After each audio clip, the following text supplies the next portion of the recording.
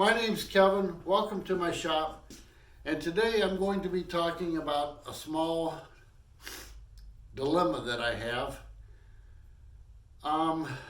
Yesterday, while doing some turning of diamond painting pens, I have a customer that wanted a unique and different shape. She likes to be different from the crowd, and I don't blame her. I'm the same way. So anyhow, I turned one pen and it came out really beautiful. The colors were in the right place, and the shape that I made it worked really good. The second pen I started to turn, and I had when you're turning, I feel the pen light, and I kept running across what I thought was either a crack or a void where it didn't have the resin all the way through the pen. So I stopped what I was doing, looked at it, and I couldn't find a hole per se or a divot. But when I did stop, it was kind of like a warning, I want to say. The colors that make this pen unique, the greens were right at the surface of the blank. And if I would have kept turning, it would disappear. You would be down to the gold and the clear with a little bit of white that I put in there, or interference,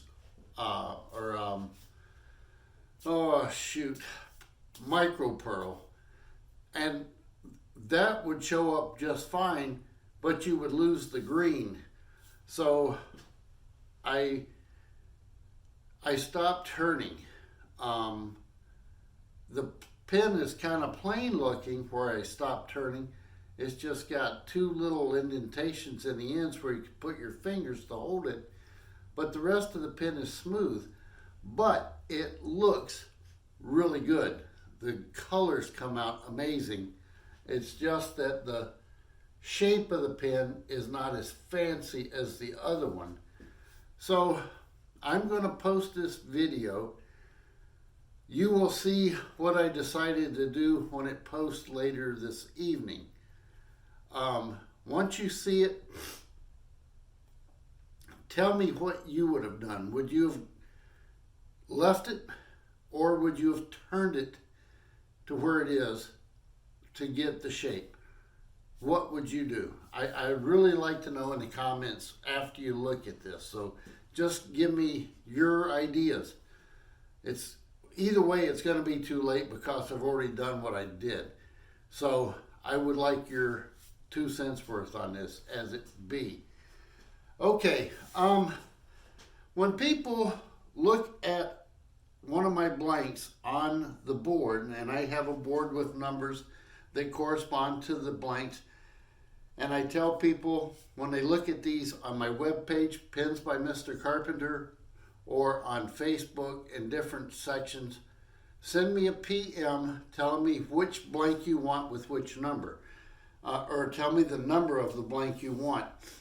The problem with this has been that when I post a new board online, I now say all previous pictures null and void, and I try to go through and delete the ones that I can find.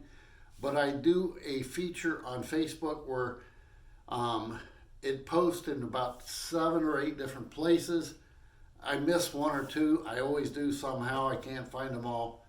So there are boards out there that don't exist anymore, and people say, oh, I wanted that one. Well, that one's gone. So when a pour comes out of the pot from now on, I'm going to take it out, put it on a piece of paper, label each blank 1, 2, 3, 4 in that color. I name my pen blanks as it relates to some season or galaxy or Star Trek, Star Wars, whatever it reminds me of, I name it. So from now on, I will have a white piece of paper on the table. I will lay out the new blanks, and they will be named and they will be numbered 1 through 4 or 1 through 5, however many I get from a particular pour.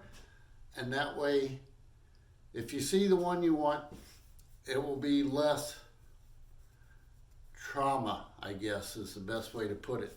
I will no longer be using this board that I have today. So, that being said, I'm going to show you right now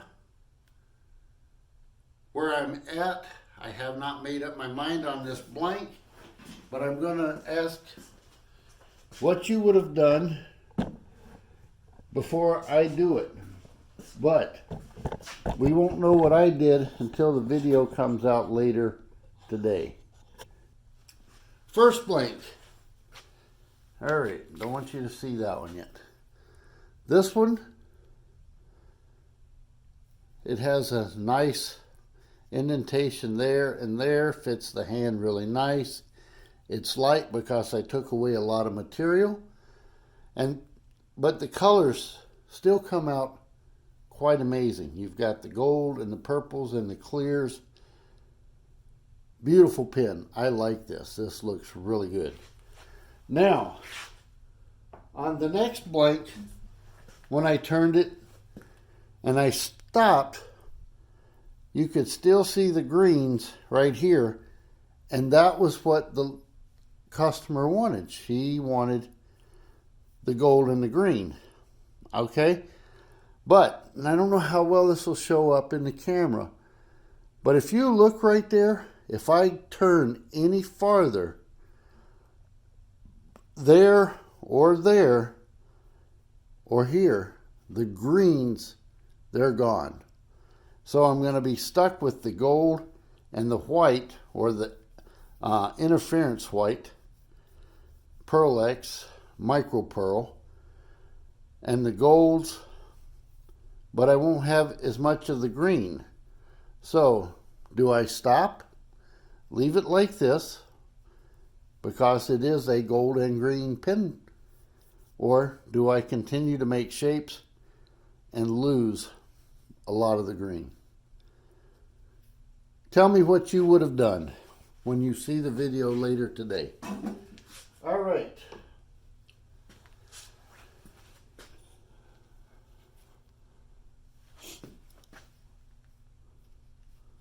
This is a hybrid blank. It's made with acrylic and wood. And this one is purple with blue, and this is box elder, the flaming box elder, because you can see the red. What this will turn into, once it's been on the lathe, is it will come out like this. Nice shape. The flaming box elder shows up really nice in this one. And then the purples on this end, because the acrylic looks amazing, if I do say so myself. I'm really quite proud of this one. And it's just a different look. You get the purple, you get the light, and then you get the pink from the flame of the box elder. It looks really nice, I think. And the customer that wants this one, she loves it. So that's what I go for. I'm one of those people. I go for that pat on the back from the customer that likes what I'm doing. So there you go. That turned out amazing. I'm really happy with this. And I've got another lady that saw this, because the first lady sent her a picture, and now she wants one as well. So I got to get cracking on this right now. And I've got to turn a pin for another customer. So that's all I have today. It's just a questionnaire. What would you do? Would you leave the shape to leave the colors, or would you continue shaping the blank to get the fancy shape like the first one has and lose the color? Let me know what you would do. All right? Thank you for watching. My name's Kevin. Happy Sunday, everybody. Bye-bye.